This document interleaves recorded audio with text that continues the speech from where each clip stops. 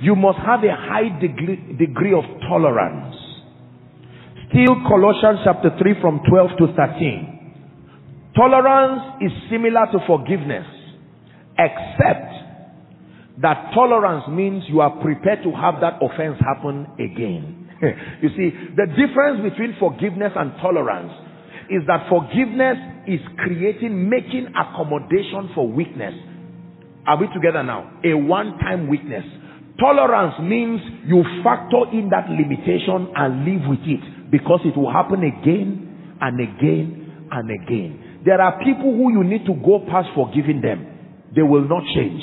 Create a system of tolerance. Are we together? I remember many years ago, truthfully speaking, I was talking to a couple, and I think the woman was saying that the man, that he's not responsible, and yet he prays like a prayer warrior. When he's shouting to the roof, and she just said he should reduce his voice, he's disturbing her, and so on and so forth. I couldn't say forgive him, because that will not end. For as long as that man will pray, now that you are married to him, you are there for life. They ask you all these questions, you said yes. Now you are there. Are we together now? And honestly, when I saw the man, he truly is a prayer warrior. When you hear his voice, you know that, oh no, this man is not, he doesn't come and just mumble tongues. He prays, he's praying. And she felt he was not being as responsible as she should be. Now, how do you tell her, forgive him? Forgive him means you don't expect it to happen again. Tolerance means it will happen again and again and again. An example, your security man. Remember, you forgave him January. He promised that it will not happen again, and he slept on duty. He slept on duty and promised that if he sleeps again, you should drive him, and he slept before you came here. So let me advise you and tell you what to do. You don't forgive him, you tolerate him. You see, disappointment only comes when there are expectations. When there are no expectations, there is no disappointment.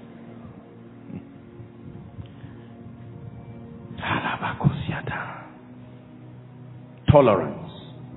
Some of the people that God is going to be using to bless you and lift you, let me tell you, for a major part of your relationship with them, you will feel like killing them and killing yourself. You will need to be tolerant until the day the grace that was on them for you comes to fruition. Do you know, read about Elijah historically speaking. You know that Elijah was a temperous man. So don't blame the sons of the prophets. I'm sure they had had it enough with him. But Elisha said, no way. It was Dr. Murdoch who said, adaptation is proof of honor. You have to learn to adapt. The man who God has sent to help you and give you money to start out life, he's an angry man. Don't forgive him, tolerate him. He will insult you for 1 year, but the day he sends an alert into your account, it will be an answer to your prayer of 10 years. Endure hardship as a faithful soldier. Don't say, I'm angry, is he God? And then you make that costly mistake, and you find out later through your pain that all blessings come from God through men to men.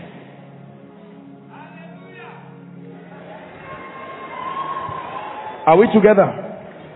I'm saying this because I doubt if there are any persons here who are not connected to some superiors who may not have the most commendable character disposition. It's not unusual with leaders. Whether in ministry, whether in corporate life, whether in family life, you will find reasons to have superiors, contemporaries, and even subordinates that may not be at their best character-wise. Now the responsibility is on you to build that system of tolerance so that you can stay in the harshest of environments and still find your joy until the blessing that environment should give you comes. Many of you, if you don't learn this, you will abort many great seasons in your life because of anger. I rather die than come and be washing a car for my uncle. Am I God? And the Holy Spirit says, keep washing. But then one day, as you wash that car, you will not know you are washing your own car. And your uncle comes out and says, sit down here. Let me tell you a story. In 1945,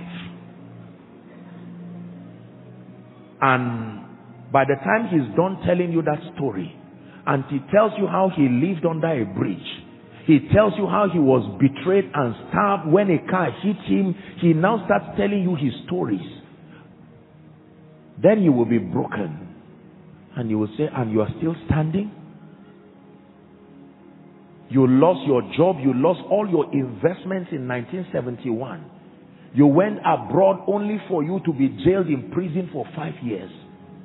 Uncle, I never knew this about you. And now you see the reason why he's suspicious of everybody. Because he's had over how many decades of pain. Can I tell you, you must be able to tolerate and forbear people. Just because they've not told you their stories. There are people who have been so broken and wounded in relationships. The moment they see anybody coming close, I'm not even talking of just marriage relationships, any kind. They have been scammed by business people.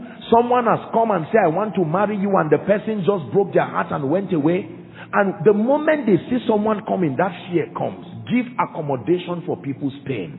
Don't just generalize and conclude. There are others who have done businesses with people. They were scammed, cheated. Are we together? And they had nothing to say. So when you come to meet them and say there is a business idea, and they become so meticulous and they are asking questions, who is your father? Where do you come from? Where do you worship? And you're saying, all for this small business. Be tolerant.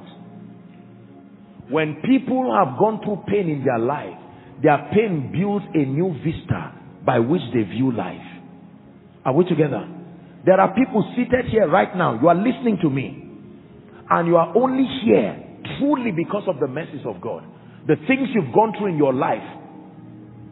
Did you know that there are children who have killed their own parents?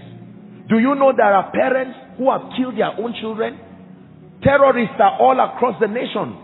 And you will be surprised that some of the people who have been kidnapped, the information and the planning came from people who were close. Sometimes a kiss that is supposed to be a sign of intimacy can be the signal to the enemy. And I'm standing here only because you made a way. That's the testimony of certain people here. They set up 5-10 companies and traveled abroad, returned back and found out that people had changed the documents and left them in pain. Forbear. Just because people do not tell you their stories does not mean they do not have stories. Are we together?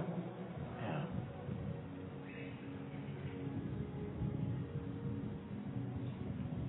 I remember a man of God who wanted to invite me some years ago, and he kept asking questions. Who is this? Where did he come from? And the people who were trying to encourage him to invite me, at the point they got fed up.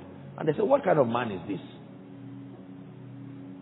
And when the person reached me in anger and said, can you imagine, wanted to give this man the privilege of having you, and he was asking all kinds of senseless questions. I said, no. You may not know who has climbed his pulpit and caused a lot of pain to his membership. You may not know who climbed his pulpit and used 1 hour to create something that took 5 years to correct. Allow the man vet me.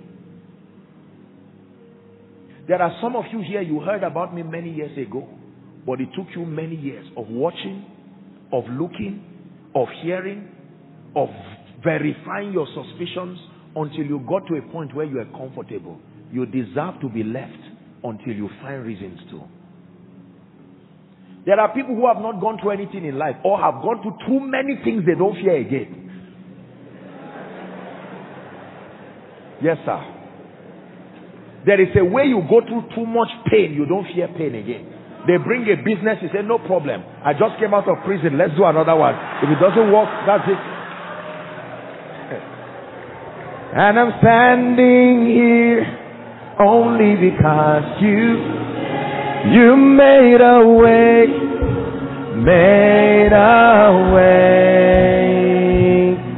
when our backs were against the wall and it looked as if it was over. You made a way, and we're standing here only because you made